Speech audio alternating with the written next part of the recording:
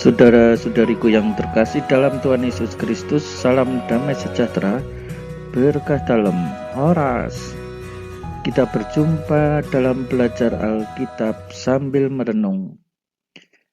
Tema kita kali ini, orang buta disembuhkan. Injil Markus bab 8 ayat 22 sampai 26. Jangan lupa untuk subscribe, bagikan kepada teman-teman. Boleh juga kalau mau dijadikan status di WhatsApp saudara-saudari. Tuliskan juga pengalaman saudara dalam kolom komentar sebagai sharing kepada teman yang lain, sharing rohani ya. Nah, saudara-saudari yang terkasih, kemudian tibalah Yesus dan murid-muridnya di Betsaida. Ini kota di sekitar Danau Galilea ya. Di situ orang membawa kepada Yesus seorang buta dan mereka memohon kepadanya supaya ia menjamah dia. Orang membawa kepada Yesus seorang buta. Nah, kita tahu pewartaan Yesus, kehadiran Yesus mewartakan kerajaan Allah. Dan ia membawa kabar baik ya. Kabar baik itu harta Injil.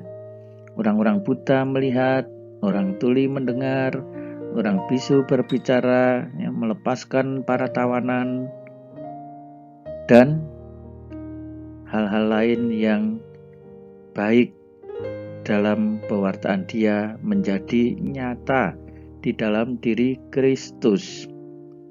Nah, orang buta ini hanya ingin supaya Yesus menjamah dia.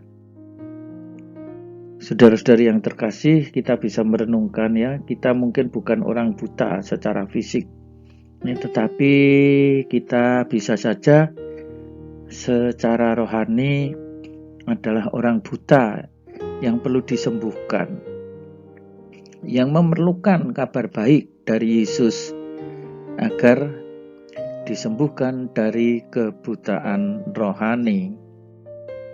Yesus memegang tangan orang buta itu, membawa dia keluar. Ia meludahi mata orang itu. Kenapa orang ini dibawa keluar kampung ya? Ini lebih untuk rasa nyaman dari orang ini. Jangan sampai ia menjadi semacam tontonan, disembuhkan dan dijadikan sebagai tontonan. Juga ini menjadi tidak baik kalau peristiwa penyembuhan ini hanya menjadi semacam mukjizat tontonan orang. Nanti orang tidak lagi mengimani Yesus secara tepat, tetapi lalu hanya ingin melihat hal-hal yang luar biasa atau hal-hal yang aneh. Proses penyembuhan ini meludahi mata orang itu dan meletakkan tangannya. Kita lihat ya, ini adalah penyembuhan secara fisik. Tetapi dengan disebutkan meletakkan tangannya atasnya, ini juga menjadi tanda bahwa dia secara rohani disembuhkan. Jadi penyembuhan ini bersifat utuh, lengkap ya. Baik fisik maupun rohani, orang buta ini disembuhkan oleh Yesus. Yesus bertanya, "Sudahkah kau lihat sesuatu?" Nah, ini setelah itu lalu dicek. Ia berkata, "Aku melihat orang, sebab melihat mereka berjalan-jalan, tetapi tampaknya seperti pohon-pohon." Nah, kita lihat ya, ini prosesnya ini ternyata pelan-pelan. Nah, dia belum pernah melihat orang mungkin selama ini ya, tetapi seperti apa orang bergerak dan seterusnya dia bisa merasakan dengan feelingnya selama ini. Dan sekarang dia melihat dengan lebih nyata. Oh, seperti orang berjalan-jalan itu seperti itu, tampaknya seperti pohon dan seterusnya. Dia mulai mengerti. Ada proses pelan-pelan di dalam peristiwa penyembuhan ini sebagai semacam tahapan-tahapan di dalam peristiwa penyembuhan. Yesus meletakkan tangannya lagi pada mata orang itu. Nah, secara total, tahap yang berikutnya ini, orang itu disembuhkan. Maka orang itu sungguh-sungguh melihat dan telah sembuh sehingga ia melihat dengan jelas. Segala sesuatunya menjadi jelas. Nah, saudara-saudari yang terkasih, dengan penumpangan tangan ini Yesus memastikan bahwa orang itu secara rohani pun telah disembuhkan secara total, dan sekarang dia bisa melihat, orang itu bisa melihat juga dengan baik. Sebenarnya dengan peristiwa ini,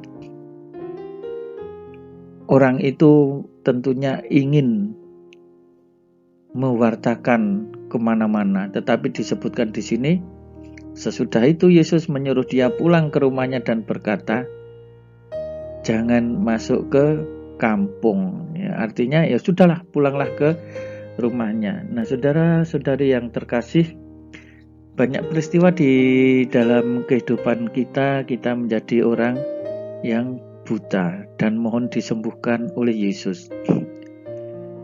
Hanya masalahnya apakah kita mau disembuhkan oleh Yesus ini, ya. Banyak orang sebenarnya buta, tetapi ya dia masih hidup di dalam kegelapan, tetapi tidak mau disembuhkan. Dia berteriak-teriak minta tolong, ketika ada yang mau menolong, yaitu Yesus sendiri, orang tidak mau. Banyak peristiwa dalam kehidupan yang terjadi seperti itu. Ibaratnya orang itu mau tenggelam, berteriak-teriak minta tolong, tetapi ketika ditolong, dia tidak mau melakukan seperti yang dimaksudkan. Ya tentu saja dia akan tetap tenggelam meskipun dia berteriak terus-menerus. Nah, saudara-saudari yang terkasih, kita mohon semoga hidup kita sekarang menjadi cerah, menjadi terang, karena Yesus memberkati kita, karena Dia hadir di dalam hidup kita, memelekkan mata kita, membuka mata kita atas segala sesuatu yang selama ini masih gelap bagi kehidupan kita. Ya, jangan sampai hidup kita menjadi lebih gelap. Mestinya bersama Yesus, hidup kita akan menjadi semakin lebih terang. Nah, saudara-saudari yang terkasih, salam damai sejahtera. Tuhan Yesus memberkati. Jangan lupa untuk subscribe dari Tuhanlah Pertolonganku channel. Horas. Saudara-saudari sekalian, pekerjaan saudara, keluarga saudara dinaungi, dibimbing, dan diberkati oleh Allah yang Maha Kuasa, Bapa dan Putera dan Roh Kudus. Amin.